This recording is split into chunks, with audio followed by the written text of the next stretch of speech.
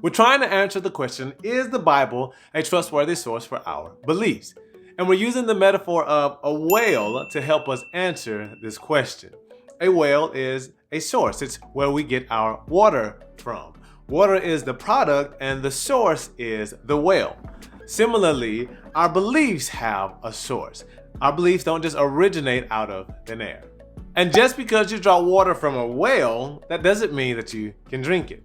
Similarly, just because you get a belief from a source, that doesn't mean that it is a good belief that we should hold on to. Remember, our beliefs drive our behaviors. If we want to have good beliefs, then we've got to have good behaviors. In our last video and continuing in this video, we will compare different wells against the Bible and see which one is a more trustworthy source for obtaining our beliefs. In our last video, we did the wells of different religious texts or different religions and the well of culture. In this video, we're going to do two more wells and we're going to compare those against the Bible and see which well is more trustworthy. The next well we'll cover is family. Family is where you get your beliefs about how to treat people. In the family context, you learn how to love people, how to communicate, and how to relate to other people. But for a lot of people, family is also the home of their deepest traumas and their deepest pains. Now, I feel like this well is so obviously not a good well to get consistent beliefs about how to treat people. I mean, don't get me wrong, our families can be amazing. We can treat people wonderfully, but we can also be really bad at treating people right. I just don't believe that this well will give us consistent beliefs about how to treat people. But all that being said, family has this way of giving us beliefs that we don't even know about, and we don't even know that these beliefs are wrong. Now, many of these beliefs are obviously wrong, but many of them are very subtle, and we can't easily see that they're wrong. Not only that, family has this way of shaping us and molding us in unseen ways, and we'll carry beliefs that we don't even know we have. But is the family well better than the Bible? Can we get better beliefs about how to treat people from the Bible instead of family? Well, in the Bible, people are consistently treated horribly. I mean, they killed Jesus, the perfect person who never did anything wrong to anybody.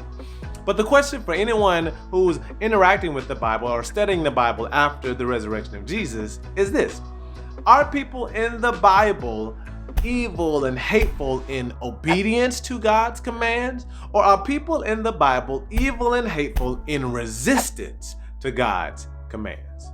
When you read the Bible, the answer is pretty clear. People are evil and hateful in resistance to God's command. God is a God of life and love, so the beliefs that He is trying to instill in us are beliefs that produce life and love and righteousness and purity and unity, not division, destruction, death, and impurity. If you derive your beliefs completely from your family, then you will have an unstable way in how you treat people. However, if you filter your beliefs through the Bible, then you'll be able to build a foundation of how to treat people with good beliefs and remove the bad ones. Thus, you'll be able to treat people right consistently. Speaking of filters, should you trust in the Bible as the fundamental source for your beliefs, the Bible is a great filter for all kinds of wells. Whether it's culture or your family, there is good and bad in all of our former belief systems. If you are ever in doubt, you can use the Bible to help you filter through those former beliefs and see which ones are good.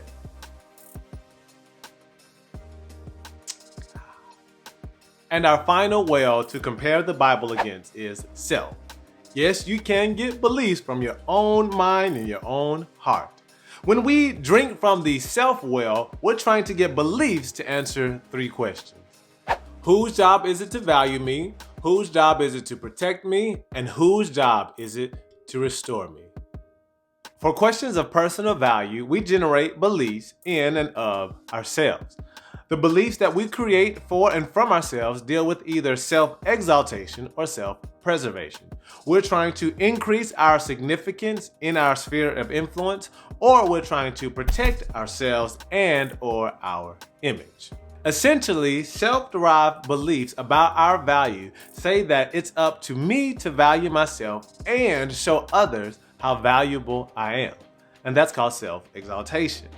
Self-derived beliefs also say that anything that threatens my value needs to either be dealt with or defended against. And that's called self-preservation.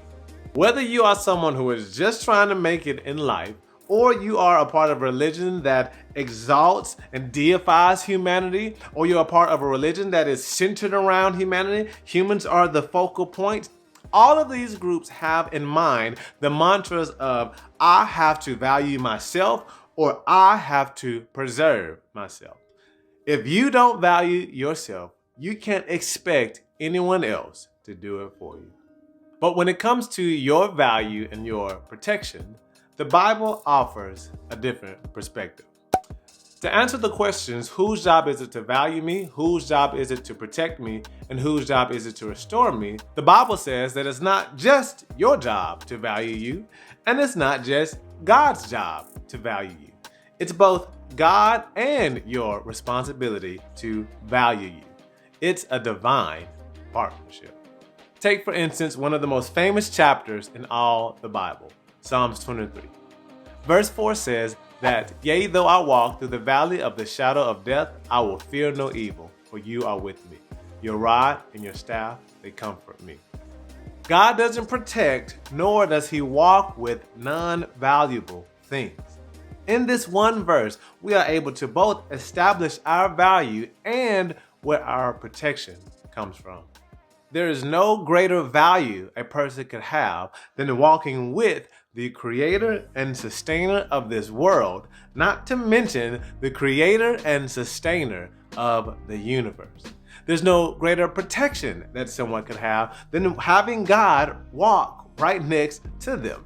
I mean, what could a lion or a gun or an atomic bomb possibly do to God? But not only that, if you go back to the beginning of this chapter, you see something amazing.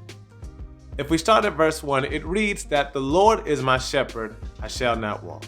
He makes me to lie down in green pastures. He leads me beside the still waters. He restores my soul. He leads me in the paths of righteousness for his name's sake. Not only is God our shepherd and our leader and our provider, but verse 3 says that God restores our soul. The wounds that most people have felt are far too deep for any surgical knife to get to. And they've been there for way too long for any amount of time to heal it. If we could heal and restore ourselves by ourselves, we would have done it a long time ago.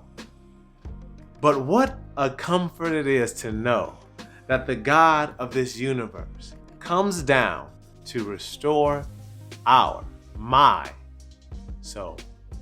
We are in partnership with God. You don't have to go it alone. God's not going to do it for you, but you don't have to do it by yourself. We're supposed to be working together.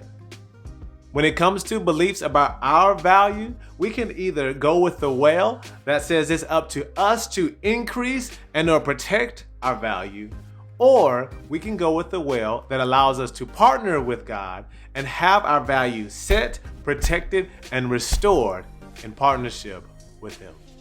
With one well, you are the source of your values, and in the other well, God is the source and establishes your value. And you partner with what God says about you to walk in this value. So these are just a few of the wells that we can drink from in order to sustain and get our beliefs from on any given day. And I know that you can honestly get a multitude of beliefs from each one of these wells. I just picked which beliefs I thought was most prominent in each one of these wells. Again, we can derive our beliefs from other religions and other religious texts, culture, our family, or even ourselves. But as for me, I'm going to go with the well that allows me to have a relationship with a God who is a father and who loves me self-sacrificially, that gives me the amazing aspiration of serving and reflecting God while creating amazing things on earth and serving my community, empowers me to love and serve people self-sacrificially, and gives me the ability to love God and others before myself because God has established my value and no person, place, or thing could ever diminish that value. The Bible is a trustworthy source because it helps us have true beliefs. That's because when we interact with the Bible, we're not just interacting with a book, but we're interacting with God Himself, the creator and sustainer of this entire universe and the source of all truth.